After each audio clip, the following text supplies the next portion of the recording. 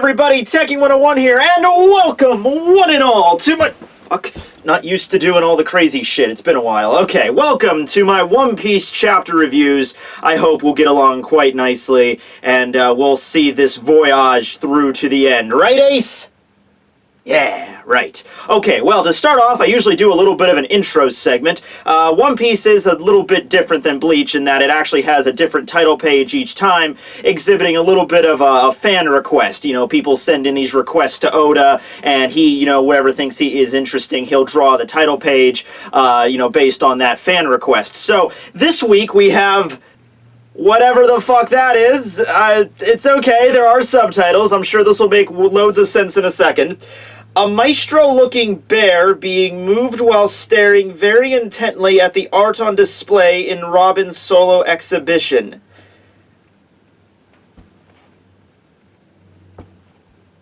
The fuck? Okay, I guess there's a fair amount of children that send in these requests. Not because it's a bad request, just because it's so fucking random and out of nowhere that only a child could think it up. It takes that level of imagination. Hey, I'm a pretty childish guy. I could come up with something too. How about you draw a cover page that has a flamingo samurai wearing a feathered boa and funny sunglasses? Okay, shit, bad example. Okay, how about a leopard wearing a business suit? Fuck, okay. How about a cat wearing a Renaissance, medieval, kind of like Shakespearean outfit, you know, with the big furl neck thing? We don't have that? Okay, get on that, Oda. Alright, so I am... Fuck! Get... Really?!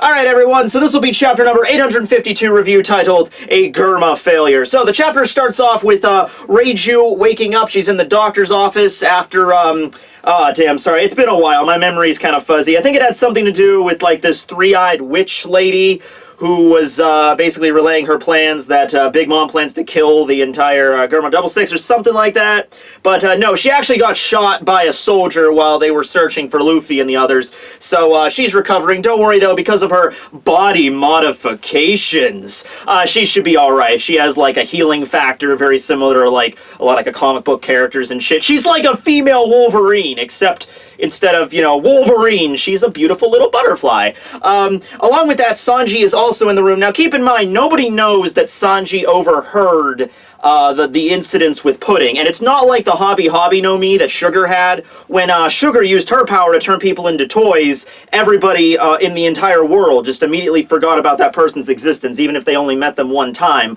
It seems that Pudding's Memo no Mi powers don't work that same way. It's literally just, you know, I'm taking out the film of your memory alone and copy and pasting it and adding something else in. So it's effective, but only if other people are not around listening to you. It has to be done in absolute secrecy, because if someone picks up on it, then they can just relay the information later, as Sanji is about to do here. So, yeah, Reiju wakes up, and Sanji's just sitting there, waits for the doctors and everybody to leave, and states that, yeah, I know what happened, you're not going to be able to remember, so just let me explain this. Right, so Jinbei, I guess, just ignites the book that Monte Dollar put Luffy and Nami in. Now, remember, this was a prisoner book that had, like, a bunch of other prisoners in it, so don't really know about them or if they're okay, because they're jumping out freaking screaming for their life. Some of them, I guess, are human prisoners. Others are just like these strange animals that Big Mom finds throughout the world. So might have killed a lot of living creatures there, Jimbei, but whatever. He activates, like, there's like a water pipe that he uses, and then uses his, you know, his manipulation of water, his fishman karate, to extinguish the flame. Even so, though, it's still pretty terrifying. Like, alright, okay, calm down, Luffy. You're trapped in a book, so what I'm gonna have to do, and just bear with me on this, is I'm gonna have to light it on fire. Of course, Luffy would be like, okay, yeah, do whatever you gotta do! Meanwhile, Nami's screaming in the corner, like, oh god, what are you doing? No, please don't kill me! And, can we talk about this, please, for a sec? No time to talk, we gotta get moving. And then just burns it on fire, and then, you know, they all jump out. Nami looks like she's about to have a fucking heart attack. All her clothes got burned off. Yeah. Yeah, she even brings up, like, man, isn't this remarkably like something that happened before? You know, I don't know, Nami. I don't fucking know. Are you referring specifically to the incident on Little Garden where the entire, you know, Mr. Three's wax, you know, special creation cake pumpkin thing got set on fire and you got freed from that? Or are you just talking about the fact that you've almost died, like, I don't know. Let's see. There was that time with Mrs. Doublefinger. There was this time with Eneru. And, you know, like I don't know, 5, 6, 7, 18 times you've almost died while being part of this crew. I can't decide what you're referring to here. But yeah, Luffy is in fact free. He strikes an epic pose. I was actually a little bit worried about Luffy's arms there because they were not looking good. Because what he was doing is, you know, his hands were fucking, you know, tied, impaled onto the book, you know, so he couldn't move his hands.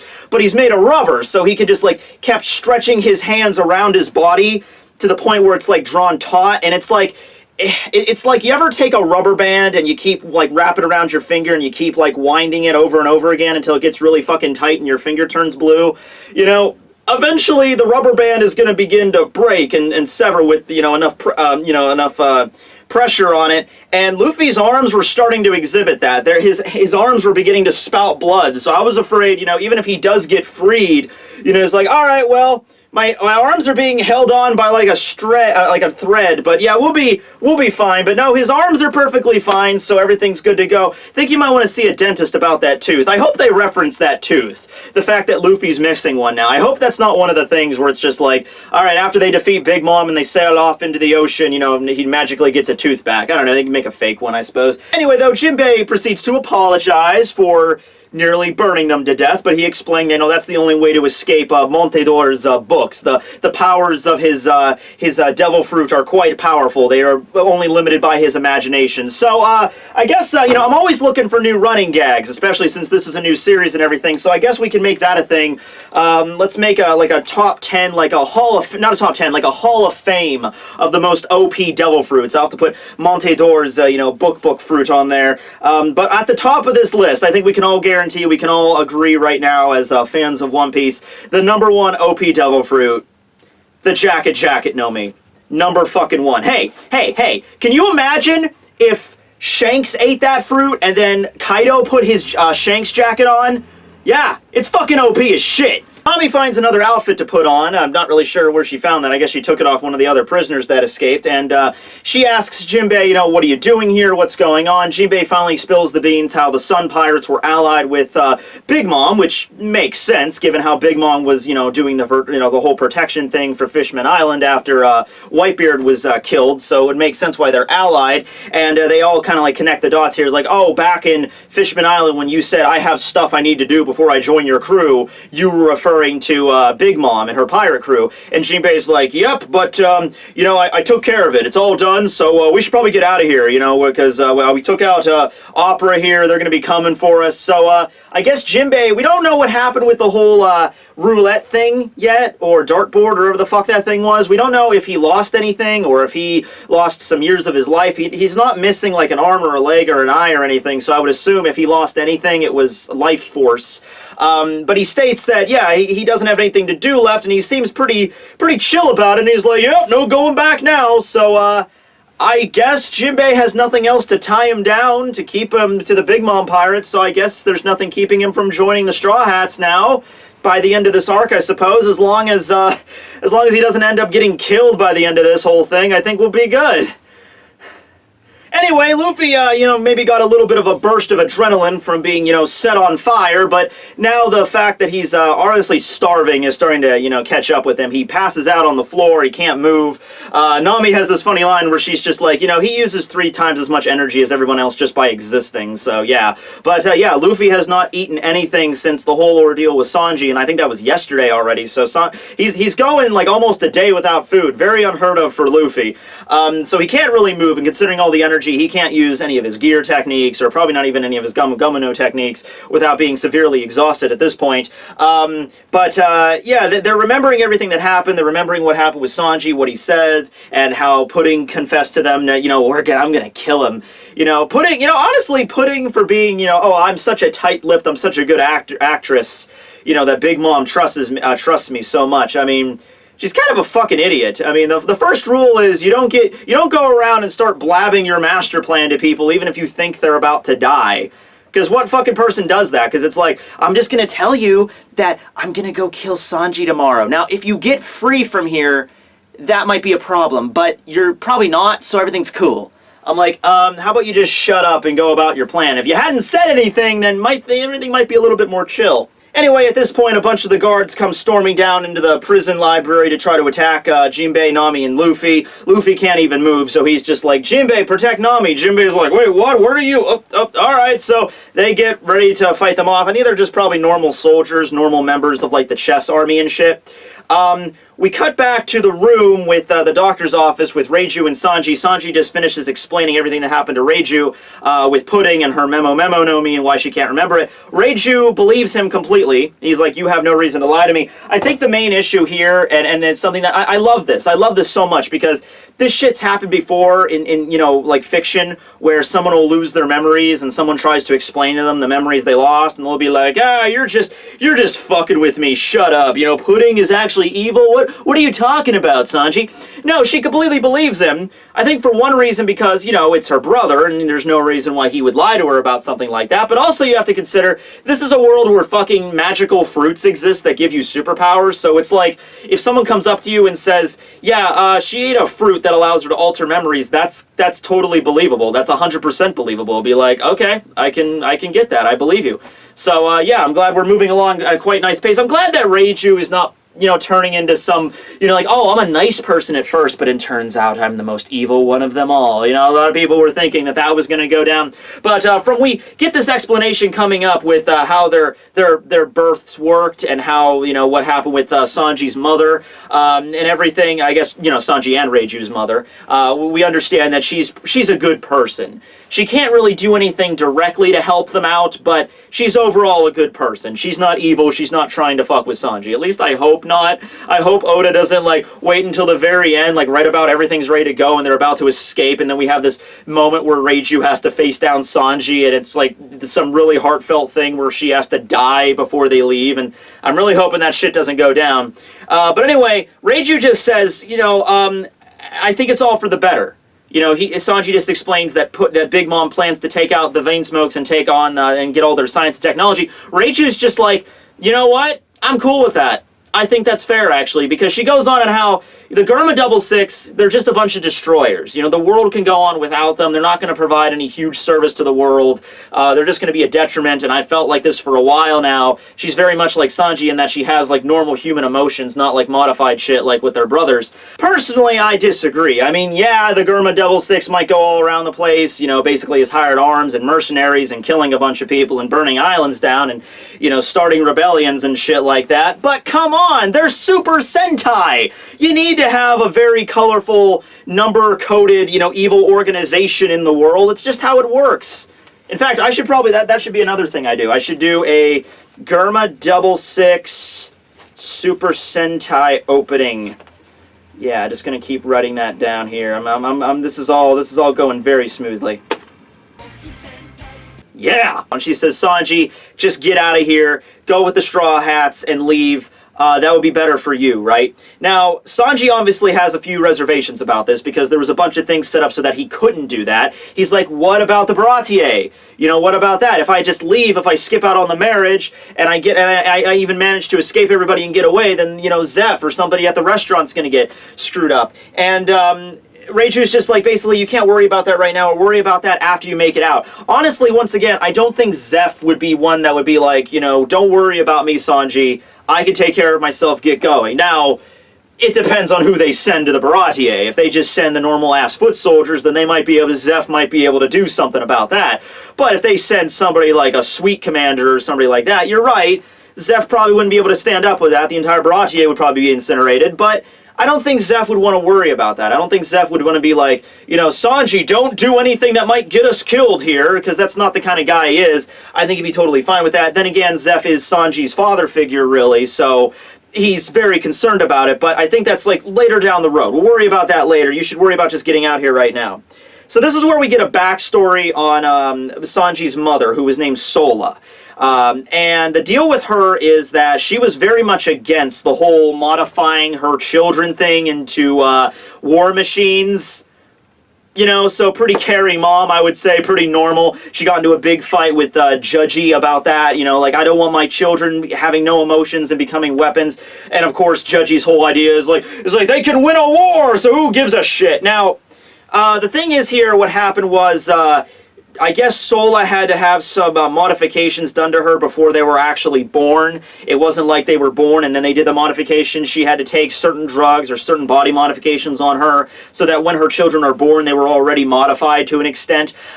However, she didn't want that to happen. She didn't want her children to be changed in that way, so she took some other drugs strong enough to counter the first wave of drugs, and that's what made her so deathly ill. That's what made her, you know, all bedridden in Sanji's flashback there, and she collapses in a pool of blood and shit. However, it didn't work completely. You know, I guess it would be kind of like, you know, when you take birth control and then you take, like, some sort of, like, antibiotic to try to counter the birth control or whatever. But in her case, you know, she was trying to counteract the drug so they would have emotions. You know, it works, you know, 2 out of 5 chance, I guess, because, you know, you have 1, 2, and 4 who end up being complete assholes, but then you have 0 and 3 that ended up, alright. In Sanji's case, he was the only one that ended up with completely, you know, dare I say, human emotions. God, what the fuck's wrong with you, right? And Reiju did end up with emotions, however, she was still modified in such a way that she cannot resist, she cannot disobey her father's rule. So maybe they were modified to the point where they had some sort of, like, something implanted in their brain or something in their body to the point where they cannot disobey their father. Like, they seriously can't, or they'll die, or they'll just, like, go into, like, a robotic state where they have to obey him or something like that. Well, anyway, Reiju still does have normal emotions, so she still does love their mother, Sola, and love her brother, obviously, which is how, you know, why they, you know, how she helped him escape all those years ago. And she brings that up, too. She's like, don't feel like you need to stick around for my sake just because I helped you escape all those years. You know, we're square. You know, at least one of us manages to get out of here alive and live a nice life, and it should be you, right? Because you already got away. You already escaped this. This isn't your nightmare. This is ours, and we're the ones that should pay. You're the one that should leave with your friends and live whatever life you fucking want. Even after Sola died, you know, Judgy still blamed everything on Sanji, you know, like, you're the problem here, you're the fucking problem child that screwed everything up, you're the reason why, you know, it was really, I mean, Sola's fault, you know, why she died, you know, she basically poisoned herself, but it was for a reason that she would be willing to die for, but that's why Judgy was so harsh on Sanji, on top of his emotions being involved and everything like that. I also want to question, why didn't Judgy just remarry and have another wife, and then keep on making, maybe another wife that was more chill with the modification surgery, and then keep on making modified children? You know, why not keep doing that? I would say that, honestly, I would say because Judgy is, you know, he seems like a hard ass at first, like this big imposing guy that's just like, I want to rule the fucking northern seas, but remember, the reason he didn't kill Sanji when he was a kid was because he still felt sympathy for him. He still felt like, I am still your father, you are my child, I can't bring myself to kill you. So I'm just going to banish you from my, you know, my kingdom. If you ever bring up that you're from here again, don't do that, you know, because nothing good will come of it. But he couldn't kill him. So maybe it's something to deal with Sola, like, you're my wife, so at the end of the day, I can't remarry, or I'm so attached to you, or maybe there was something unique about Sola which made the perfect child or something like that. I don't know. Anyway, Reiju finishes this off by saying that, you know, this is why you are kinder than anyone else, Sanji, and she gives like a tearful goodbye to her brother. Meanwhile, we cut back over to somewhere else in the tower. You have Luffy there. He's fucking strangling this member of the Big Mom Pirates. Like, where the fuck is Sanji at? They're running down the hallway. We cut over to Smoothie, who's on the upper level, and they're trying to figure everything out, and Smoothie's just like, okay, well, we can't we can't explain this to Big Mom because of the wedding. I mean, the wedding ceremony's happening tomorrow, the tea party, so we can't let her know about any of this. We need to end this quickly. So they're like, all right, we're on the 4th floor, so just block off everything above this and just try to deal with them, trying to corner them so they can't get out of the 3rd floor and then attack them that way. I just realized Smoothie reminds me a lot of the Diamonds from Steven Universe. These really big, giant women that just would, you know, kill you all and not give a fuck one way or the other, you know, kind of like that. Anyway, though, that's probably going to be the next big challenge for the group there, is facing off against another of the Sweet Commanders, Charlotte Smoothie. Now, Luffy is not that in great condition right now. I hope he eats something soon that he can get back to it, because waiting on Sanji to prepare something for him, that might take a while, considering the situation he's in. But Jinbei's there, you know, he's pretty much at full strength. He's a former warlord. He's got the fisherman karate shit, so Jimbei probably versus Smoothie. That would be a pretty fucking intense fight. I would like to see how that would go, but Luffy's probably not going to be able to participate. Nami might be able to a little bit, but I don't know if she still has her Cleam attack. She might. I don't know where she would have hid that at. Okay, we all know where she hid stuff at, but, you know, okay. Anyway, yeah, it might be mostly Jinbei versus Smoothie, essentially, in the upcoming chapters, which I'm fine with. We have one last scene there with Reiju and Sanji. Sanji is, I guess, about to get going, but he's just like, wait, I can't even leave because I have the handcuffs. You know, that's another reason I can't leave, is because these things will fucking explode. Reiju's just like, oh, those? I switched those out for fakes. You're fine. Sanji's, if I was Sanji in that situation, I'd be like, wait, they're fakes? She's like, yeah. She's like, maybe you could have told me that at some point before I kicked my fucking captain in the face. Like, I didn't have time to do it. I'm like, okay, well, whatever, thanks. And just, you know, get on going there. Anyway, she remarks at the end of the chapter, it's like, it's very similar to how Robin's backstory was with Jaguar D. Saul. Remember Saul before he got frozen by Aokiji was like, ain't nobody in this world meant to be born alone. You know, and her line, Reiju's here, is you're never going to meet people as amazing as the ones you have now, as long as you live. And then you cut over to Luffy, who's, you know, screaming out to his freaking lungs explode, like, you know, move! We need to find Sanji! That's the end of the chapter, and in typical One Piece fashion, even after coming back from the Christmas break, there will be no chapter next week. Yay! I think I'm going to have fun reviewing this chapter every other 4 weeks of the year. This is going to be great. But anyway, I hope you guys enjoyed the first proper review of One Piece. Obviously, these chapters run a little bit longer, so I have sort of like a longer review style, as you probably noticed. These ones will probably be a little bit more on the long side, but in general, I'm very optimistic. I think this will be a fun series to discuss. What do you think is going to happen with Smoothie? What do you think is going to happen with Luffy and encountering Sanji? You know, you think Reiju's going to end up having something to do with, like, a rebellion? There's probably going to be a big fuck-off rebellion at the tea party, and I wonder how that's going to play out. Reiju's probably going to play a critical role in that, though, so I hope she doesn't die.